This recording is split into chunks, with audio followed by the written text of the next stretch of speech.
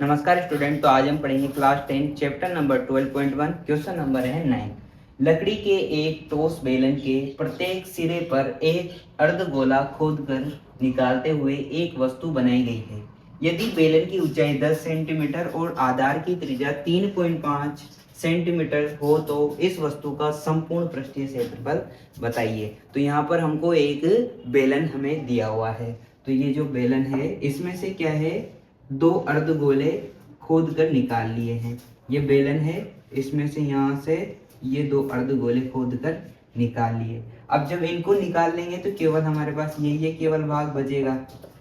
इसका हमको क्या करना है, इस वाले, और जो हमको निकालना है वो क्या है, संपूर्ण पृष्ठीय क्षेत्रफल। पृष्ठीय क्षेत्रफल यानी कि जो भाग पृष्ठ का बचा है वो हमें निकालना है, यानी कि ये भाग हमें। अब देखो यहाँ से काट के निकाल दिया, तो अब ये वाला भाग भी हमें ज्ञात करना है। तो इसका पृष्ठ कितना होगा, तो ये हमें इस प्रकार से ज्ञात करना है, यानी कि ये ऐसा हो जाएगा फिर हमारे पास चित्र। तो ये इसका हमको पृष्ठीय क्षेत्रफल ज्ञात करना है। अब पृष्ठीय क्षेत्रफल ज्ञात करना है, हमें दिया क्या है, तो दिया है हमें, दिया है बेलन की ऊंचाई। बेलन की ऊंचाई कितनी दी हुई है हमें, बेलन की ऊंचाई h हमें दी हुई है 10 सेंटीमीटर। ये जो बेलन है इसकी ऊंचाई कितनी है, 10 सेंटीमीटर, और इसकी जो त्रिज्या है वो कितनी है, 3.5 सेंटीमीटर, है ना। त्रिज्या r बराबर 3.5 सेंटीमीटर। इसने हमसे बोला है संपूर्ण पृष्ठीय क्षेत्रफल ज्ञात कीजिए। तो हमको निकालना है संपूर्ण पृष्ठीय क्षेत्रफल। अब देखो, संपूर्ण पृष्ठीय क्षेत्रफल निकालेंगे तो हमारे पास कौन कौन सा जो फॉर्मूला है वो लगेगा। वो कैसे पता करेंगे कि हमारे पास एक तो है बेलन,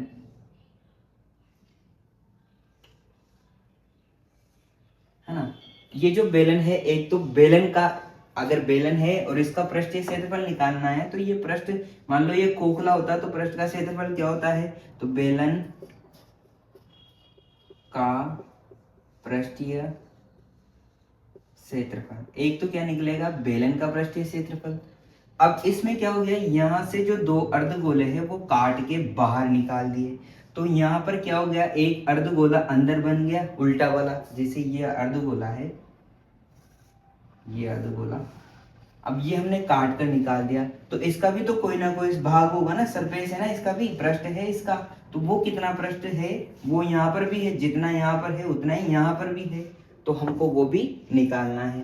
अब वो काट के निकाल दिया है तो यहाँ पर प्लस करेंगे, क्या प्लस करेंगे, ये जो अंदर वाला है ये निकाल लिया, जो नहीं ये अंदर वाला है, दोनों एक ही बात है, क्योंकि यहाँ पर जितना पृष्ठीय क्षेत्रफल आएगा वही यहाँ पर हमारे पृष्ठीय क्षेत्रफल आएगा। क्योंकि, और खोखले का निकाल रहे हैं अपन, किसका निकाल, ये खोखला हो जाएगा क्योंकि यहाँ पे, तो अर्धगोले का पृष्ठीय क्षेत्रफल, इन दोनों को अगर जोड़ देते हैं तो क्या आ जाएगा, हमारा संपूर्ण पृष्ठीय क्षेत्रफल आ जाएगा।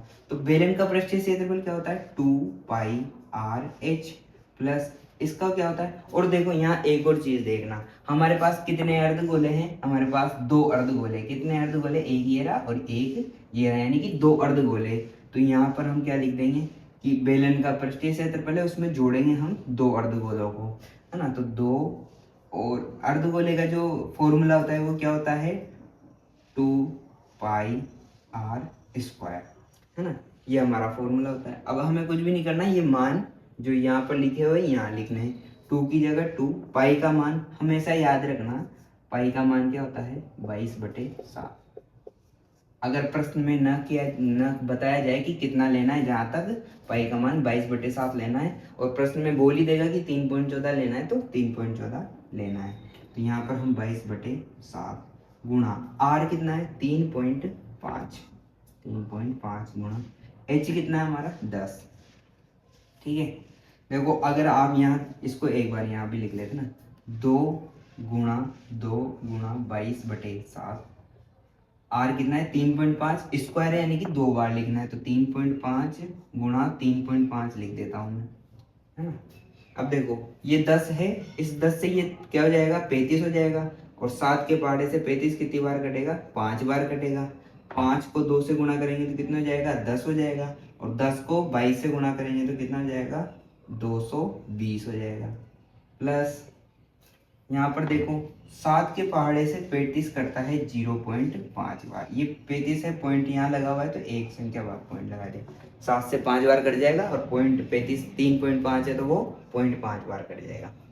अब देखो 5 को अगर मैं 2 से गुणा करूंगा तो कितना आएगा 10, और पॉइंट लगेगा तो क्या हो जाएगा वो 1 हो जाएगा। देखो 5 को मैं 2 से गुणा करता हूँ तो कितना आएगा 10, पर यहाँ पर एक संख्या के बाद पॉइंट है तो मैं यहाँ की एक संख्या के बाद पॉइंट लगा दूंगा तो ये कितना रह जाएगा केवल 1 रह जाएगा, है ना।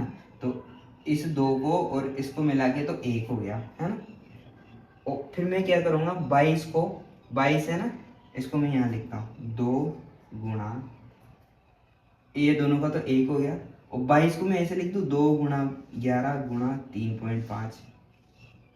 इससे क्या होगा देखो 2 को मैं 35 से गुणा करूंगा तो कितना हो जाएगा 70, 2 35 70 होंगे, और पॉइंट लग रहा है तो 7 हो जाएंगे। 7 को मैं 11 से गुणा करूंगा तो 77 हो जाएंगे, और 77 को मैं 2 से गुणा करूंगा तो देखो 2 2 0 प्लस 2 को मैं किससे गुणा करूंगा 77 से गुणा करूंगा तो कितना हो जाएगा 220 प्लस 7 2 14 और 15, इन दोनों को जोड़ेंगे तो हमारा क्या आ जाएगा आंसर 473 सेंटीमीटर स्क्वायर, यानी कि जो हमारा संपूर्ण पृष्ठीय क्षेत्रफल है इस वस्तु का इस खोखली वस्तु का वो कितना आ जाएगा, वो आ जाएगा हमारा 374 सेंटीमीटर स्क्वायर। मैंने जो यहाँ पर ये गुणा किया है, ये 22 को 2 गुणा 11 लिखा है, ये इसलिए लिखा है ताकि आप इसको आसानी से हल कर सके, वरना मैं डायरेक्ट करता 2 से 35 77 11 77 हो जाते, डायरेक्ट लिख बोल देता तो आपको समझ में नहीं आता। इसलिए मैंने क्या किया, ये देखो ये जो 2 है इसको तो ऐसा ही लिखा, पर ये जो ये तो खत्म हो ही गया हमारा, ये तो 1 बन ही गया, 1 को किसी से भी गुणा करो वही आएगा। अब मैंने इस 22 का क्या किया, इस 22 को 2 गुणा 11 करके लिख दिया, क्योंकि मैंने क्या किया इस 2 को फिर 35 से गुणा किया तो कितना आ जाता 70 आ जाता, पॉइंट एक संख्या बाद है तो 7 हो गया, उस 7 को मैंने 11 से गुणा किया तो 7 11 77 हो गया, तो 77 को मैंने फिर 2 से गुणा किया तो 2 से गुणा करते ही कितना आ गया 154 आ गया, इन दोनों को जोड़ा तो 374 आ गया। अब तो ये हमारा क्या है आंसर। तो कैसा लगा आपको सवाल, अगर सवाल अच्छा लगा है तो वीडियो को लाइक करें, अपने दोस्तों में ज़्यादा से ज़्यादा शेयर करें।